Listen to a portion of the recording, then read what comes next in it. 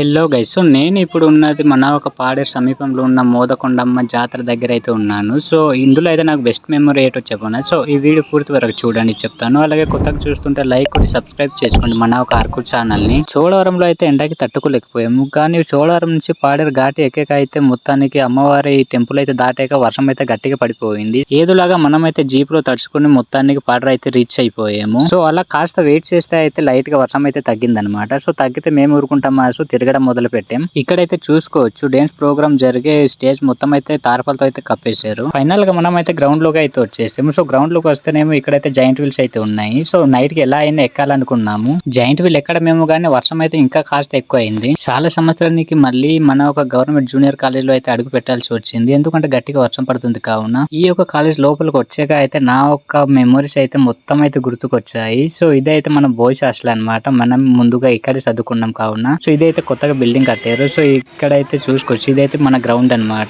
నేనైతే best memory నేను కదా, సో ఇదేనండి ఆ బెస్ట్ మెమరీ. సో 2 సంవత్సరాలు చదువుకున్నాం కదా, సో అందుకని చాలా జ్ఞాపకాలు, చాలా అనుభవాలు అలా ఉన్నాయన్నమాట. సో అందుకని బెస్ట్ మెమరీ అంటున్నాను. వర్షం పూర్తి తగ్గాక అయితే క్లైమేట్ అయితే చాలా బాగుంది. సో మేమైతే ఇంటికి వెళ్ళేసి వద్దాం అనుకున్నాము, అందుకని మేమైతే కాంప్లెక్స్ లో వచ్చేసాము. మా బస్ అయితే కరెక్ట్ టైం కి అయితే వచ్చింది. సో ఫైనల్ గా అయితే ఎక్కేసాము. మా ఒక ప్రాంతాల్లో అయితే గట్టిగా వర్షం పడిపోవడం వల్ల నైట్ అయితే రాలేదు.